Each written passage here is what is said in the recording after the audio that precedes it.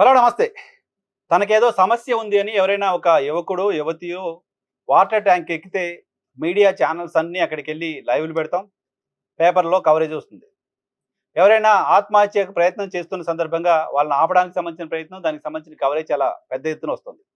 కానీ ఆంధ్రప్రదేశ్‌లో 50% పైగా ఉన్న బీసీలకు సంబంధించిన సమస్యల పైన ఓ నాయకుడు నిరాహార దీక్షకు కూర్చుంటే, ఆ నిరాహార దీక్ష మూడో రోజుకు చేరుకుంటే ఆంధ్రప్రదేశ్‌లోని ప్రధానమైన మీడియాకి అది వార్తే కాకుండా పోయింది.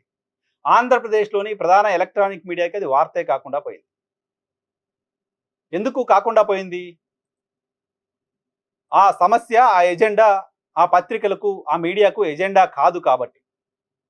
కాదు అని వాళ్ళే తమ వార్తల ద్వారా, తమ చర్యల ద్వారా నిరూపిస్తున్నారు కాబట్టి. ఏంటి స్టోరీ? ఆంధ్రప్రదేశ్‌లో భారత చైతన్య యోజన పార్టీ అధ్యక్షుడు, బీసీవై పార్టీ అధ్యక్షుడు రామచంద్ర యాదవ్ ఆమరణ దీక్షకు కూర్చున్నారు. ఆయన తమ పార్టీ కార్యాలయంలో ఆమరణ దీక్ష చేస్తున్నారు. ఈరోజు మూడవ రోజు. ఈ దీక్ష చేయడానికి కారణం బీసీలకు సంబంధించిన సమస్యలు. ఒక రాజకీయ పార్టీగా బీసీల ఎజెండాతో ఆ పార్టీ పనిచేస్తున్నామని చెప్తోంది. సమాజంలో 50% పైగా ఉన్న బీసీలు, వాళ్ళకి సంబంధించిన సమస్యలే తమ ప్రధాన ఎజెండా అని చెప్తోంది. దానిలో భాగంగా ప్రభుత్వాలు బీసీలకు అన్యాయం చేస్తున్నాయని చెప్తోంది. ప్రభుత్వాలు అధికారంలోకి రావడానికి ముందు, పార్టీలు అధికారంలోకి రావడానికి ముందు ఇచ్చిన హామీలు అధికారంలోకి వచ్చిన తర్వాత అమలు చేయట్లేదు అని చెప్తోంది. అలా అధికారంలోకి రావడానికి ముందు ఇచ్చిన హామీలను అమలు చేయండి అంటూ కోరుతోంది. అలా కోరుతూ ఆ పార్టీ గత నెలలో ఒక భారీ బహిరంగ సభని ఏర్పాటు చేసింది. ఆ భారీ బహిరంగ సభలో కూటమి ప్రభుత్వానికి మీరిచ్చిన హామీలను అమలు చేయండి అని కోరింది. బీసీ రక్షణ చట్టం అమలు చేయండి అని కోరింది. బీసీలకు కార్పొరేషన్లు ఏర్పాటు చేయడం కాదు, నిధులు ఇవ్వండి అని కోరింది. బీసీలకు 44% రిజర్వేషన్లు ఇస్తామన్నారు, ఇవ్వండి అని కోరింది. దాంతోపాటు అమరావతి ప్రాంతంలో బీసీలకు కూడా ప్రాతినిధ్యం ఉండాలి, ఒక 1000 ఎకరాల భూమి ఇవ్వండి అని కోరింది. 1000 ఎకరాల భూమి ఉచితంగా పొక్కిడికి ఇవ్వాల్సిన అవసరం లేదు, మేము డబ్బులు పెట్టి కొనుక్కుంటాం, మిగతా వాళ్ళకి ఎలా ఇస్తున్నారో బీసీలకు కూడా అలాగే ఇవ్వండి అని కోరింది. ఏ ఒక్క కోరిక కూడా గొంతెమ్మ కోరిక కాదు, ఏ ఒక్క కోరిక కూడా తీర్చలేనిది కాదు, ఏ ఒక్క కోరిక కూడా ప్రభుత్వాన్ని ఇంకెవరినో ఇబ్బంది పెట్టేది కాదు. అన్ని కోరికలు బీసీలను పైకి తీసుకొచ్చేవి, బీసీలకు సంబంధించిన సమస్యలు పరిష్కారం చేసేవి, బీసీలకు రక్షణ కల్పించేవి, బీసీలకు నిధులు ఇచ్చేవి, బీసీలు ఎంపవర్ అవడానికి కారణమయ్యేవి. వీటిని ఎజెండాగా పెట్టి వీటిని మార్చి 31 లోపు మీరు పరిష్కారం చేయండి, మార్చి 31 లోపు పరిష్కారం చేయకపోతే నేను ఏప్రిల్ 10 నుంచి దీక్ష కూర్చుంటాను అంటూ ఆయన చాలా ముందుగా ప్రకటన చేశారు. ఆయన సభ తర్వాత, ఆ ప్రకటన తర్వాత ప్రభుత్వం వైపు నుంచి రక్షణ చట్టం అని, లేకపోతే బీసీలకు రిజర్వేషన్లు అని ఇంకేదో ప్రకటనలు అయితే వచ్చాయి తప్ప కార్యరూపం దాల్చలేదు. సో ప్రభుత్వం నుంచి దానికి సంబంధించిన కార్యాచరణ రాలేదు కాబట్టి ఆయన దీక్షకు కూర్చున్నారు. దీక్షకు కూర్చొని 3 రోజులు అవుతుంటే ఆంధ్రప్రదేశ్ సంబంధించిన 3 ప్రధాన దినపత్రికలు, ఆంధ్రజ్యోతి కానీ, ఈనాడు కానీ, సాక్షి కానీ రామచంద్ర యాదవ్ దీక్ష చేస్తున్నారు అనే విషయాన్ని ప్రపంచానికి చెప్పే ప్రయత్నం చేయట్లా. నేను ముందు చెప్పానే, ఎవరైనా ఆత్మహత్య ప్రయత్నం చేసి టవర్ ఎక్కారంటే ఆయన వార్త ఫస్ట్ పేజీలో వస్తుంది, లేకపోతే గంటలు ఛానల్లో లైవ్లు ఇస్తాం. కానీ ఒక వ్యక్తి మొత్తం బీసీ 50% పైగా ఉన్న బీసీ సమాజం కోసం తన ఆమరణ దీక్ష కూర్చుంటే న్యాయమైన, సహేతుకమైన డిమాండ్లను ప్రభుత్వం ముందు పెడితే ప్రభుత్వం స్పందించదు సరికదా? మీడియాకు కూడా బాధ్యత లేదా? ఆంధ్రప్రదేశ్ మాజీ ముఖ్యమంత్రి జగన్మోహన్ రెడ్డికి వ్యతిరేకంగా వార్తలు రాయాలంటే ఆంధ్రప్రదేశ్లో ఈనాడుకి, ఆంధ్రజ్యోతికి పుంకాలుగా కొత్త పేజీలు పెట్టి మరీ రాస్తారు కదా. ప్రభుత్వం పైన ఏమైనా రాయాలంటే సాక్షికి కూడా అలాగే పేజీలు పెట్టి మరీ ప్రభుత్వానికి వ్యతిరేకంగా రాస్తారు కదా. సో వాళ్ళకి వ్యతిరేకంగా వీళ్ళకి వ్యతిరేకంగా వాళ్ళు రాసుకోవడానికి మీకు పత్రికలు ఉన్నాయా? ఆంధ్రప్రదేశ్ ప్రజలకు సంబంధించిన సమస్యలు రాయడానికి ఏమైనా పత్రికలు ఉన్నాయా? ఆంధ్రప్రదేశ్ ప్రభుత్వాలు, మీరు అధికారంలో ఉన్నప్పుడు మీరు, వాళ్ళ అధికారంలో ఉన్నప్పుడు వాళ్ళు ఈ పత్రికలకి 100 కోట్ల అడ్వర్టైజ్మెంట్లు ఇస్తున్నారు కదా. ఈ అడ్వర్టైజ్మెంట్లు అన్నీ కూడా ఆంధ్రప్రదేశ్ ప్రజలు కట్టిన పన్నుతో వచ్చిన డబ్బు కదా. ఆంధ్రప్రదేశ్ ప్రజలు కడుతున్న పన్నులో 50%కి పైగా పన్ను కడుతున్న వాళ్ళలో బీసీలు కూడా ఉంటారు కదా. వాళ్ళు కట్టిన డబ్బులతోటే మీకు అడ్వర్టైజ్మెంట్ డబ్బులు వస్తున్నాయి కదా.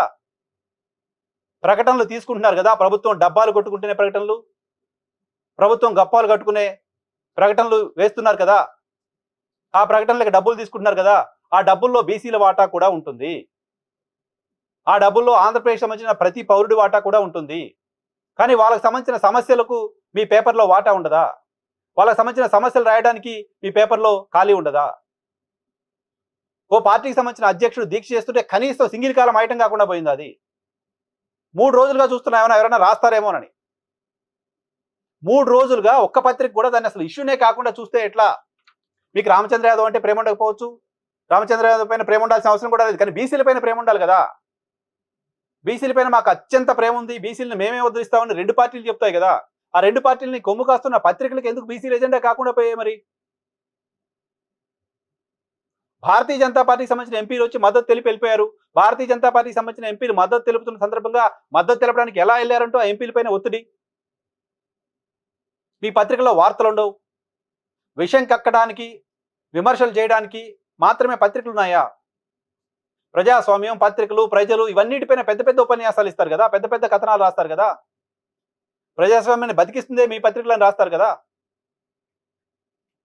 ఎవరి కోసం రాస్తున్నారు? ఎందుకు రాయలేకపోతున్నారు? ఆయన మొహం చూపించకండి, ఆయన పార్టీ కండువా వేయకండి, ఆయన జెండా వేయకండి, ఆ ఎజెండా అయినా రాయండి కదా కనీసం. మీరు వైఎస్ఆర్ కాంగ్రెస్ పార్టీకి సంబంధించిన మీడియా అయినా రాయాలి కదా. ప్రభుత్వం పైన ఒత్తిడి తీసుకురావడం కోసం దీక్ష చేస్తుంటే అమరావతిలో బీసీలకు 1000 ఎకరాల ల్యాండ్ ఇవ్వాలని డిమాండ్ సహేతుకం అయిందని వైసీపీ అనుకుంటే వార్త రాయాలి కదా. బీసీల రక్షణ చట్టం తెస్తామంటూ కూటమి అధికారంలోకి రావడానికి ముందు చెప్పింది ఇప్పుడు తేవట్లేదు. దాన్ని మీరు ప్రశ్నించట్లేదు, ఇంకో పార్టీ ఎవరో ప్రశ్నిస్తున్నారు. దాన్ని రాయాలి కదా. బీసీలకు కార్పొరేషన్లు ఏర్పాటు చేశారు, నిధులు ఇవ్వట్లేదు. కూటమి సర్కార్ కార్పొరేషన్లకు నిధులు ఇవ్వట్లేదు అనే విషయాన్ని మీరు ప్రస్తావించట్లేదు, ఇంకెవరో ప్రస్తావిస్తున్నారు. దాన్ని రాయాలి కదా. మీకు ఆ పార్టీ పైన ప్రేమ ఉండాల్సిన అవసరం లేదు, ఆ పార్టీని మీరు ప్రమోట్ చేయాల్సిన అవసరం లేదు. కానీ బీసీల ఎజెండాను ప్రమోట్ చేయాల్సిన అవసరం ఉంది కదా. బీసీ ఎజెండాని ప్రమోట్ చేయడం విషయం పక్కన పెట్టి కనీసం అడ్రస్ చేయాల్సిన అవసరం ఉంది కదా. ఆంధ్రప్రదేశ్లో రాజధాని ప్రాంతంలో కొన్ని వందల మంది సమక్షంలో 3 రోజులుగా వ్యక్తి నిరాహార దీక్ష చేస్తుంటే, ఆమరణ నిరాహార దీక్ష చేస్తుంటే ఒక్క అక్షరం ముక్క రాయరా? ఇది ఏ తరహా అహంకారం? ఏ తరహా వ్యక్తుల కోసం, ఏ తరహా వర్గాల కోసం, ఏ తరహా సమూహం కోసం మీరు పనిచేస్తున్నట్లు? 50% మందికి పైగా సంబంధించిన అంశానికి సంబంధించిన వార్త మీ పత్రికల్లో లేదు అంటే ఆ వర్గాలకు సంబంధించిన వాళ్ళంతా ఒకసారి ఆలోచన చేసుకోవాల్సిన అవసరం ఉంది కదా. మీరు చదువుతున్న పత్రికలు, మీరు ఏ పత్రికలు చదివితే ఒక కంక్లూజన్కి వస్తున్నారో అవన్నీ ఎవరి ప్రయోజనాల కోసం ఉన్నాయో, ఎవరి ప్రయోజనాలని దాచేస్తున్నాయో, ఎవరి ప్రయోజనాలకి వ్యతిరేకంగా పనిచేస్తున్నాయో ఆంధ్రప్రదేశ్లో బీసీలంతా కూడా ఆలోచన చేయాల్సిన అవసరం ఉంది. చంద్రబాబు నాయుడు బయటకు వచ్చి బీసీలకు ఏదో చేస్తామంటే జై హో బీసీ చప్పట్లు కొట్టేద్దాం. జగన్మోహన్ రెడ్డి బయటకు వచ్చి బీసీలకు ఏదో చేస్తామంటే జై హో జగన్ చప్పట్లు కొట్టేద్దాం. ఇలా బీసీలు ఉన్నంతకాలం బీసీల ఎజెండా కేవలం ఎజెండాగానే ఉంటుంది, అది ఫుల్ఫిల్ అయ్యే పరిస్థితి ఉండదు. 2 భారతీయ జనతా పార్టీకి సంబంధించిన ఎంపీలు సంఘీభావం తెలిపారు. విజయసాయి రెడ్డి మాజీ ఎంపీ, మాజీ వైసీపీ నేత, ఆయన సంఘీభావం తెలిపారు. అనేక బీసీ సంఘాలకు సంబంధించిన నాయకులు, కార్యకర్తలు సంఘీభావం తెలుపుతున్నారు. రాష్ట్ర వ్యాప్తంగా అనేక చోట్ల ఆయన సంఘీభావంగా దీక్షలు అవుతున్నాయి. కొన్ని వందల మంది సమక్షంలో ఆయన దీక్ష చేస్తున్నారు. సో పోనీ మీకు ఎవరికి తెలియదా? కేంద్ర ప్రభుత్వానికి తెలియదా? భారతీయ జనతా పార్టీకి తెలియదా? మీకు తెలియదా? కేంద్ర ప్రభుత్వ రక్షణ పరిధిలో ఉన్నారాయన. కేంద్ర ప్రభుత్వానికి సంబంధించిన సెక్యూరిటీ ఆయనకి రక్షణ ఇస్తోంది. ఆయన ఏం చేస్తున్నారు, తింటున్నారా, పడుకున్నారా, ఏం చేస్తున్నారని ప్రతి క్షణం కేంద్ర ప్రభుత్వానికి, కేంద్ర హోంశాఖకు, ఇంటెలిజెన్స్కి తెలుస్తుంది. సో అటువంటిది ఒక వ్యక్తి 3 రోజులుగా దీక్ష చేస్తుంటే కనీసం పట్టించుకోకపోవడం అక్కడ ప్రభుత్వానికి సంబంధించిన అహంకారానికి నిదర్శనం అయితే, దానికి సంబంధించిన వార్తని అక్షరం ముక్క కూడా రాయకపోవడం ఆంధ్రప్రదేశ్ సంబంధించిన ప్రధానమైన మీడియా బీసీల పట్ల చూపిస్తున్న వివక్షకు నిదర్శనం.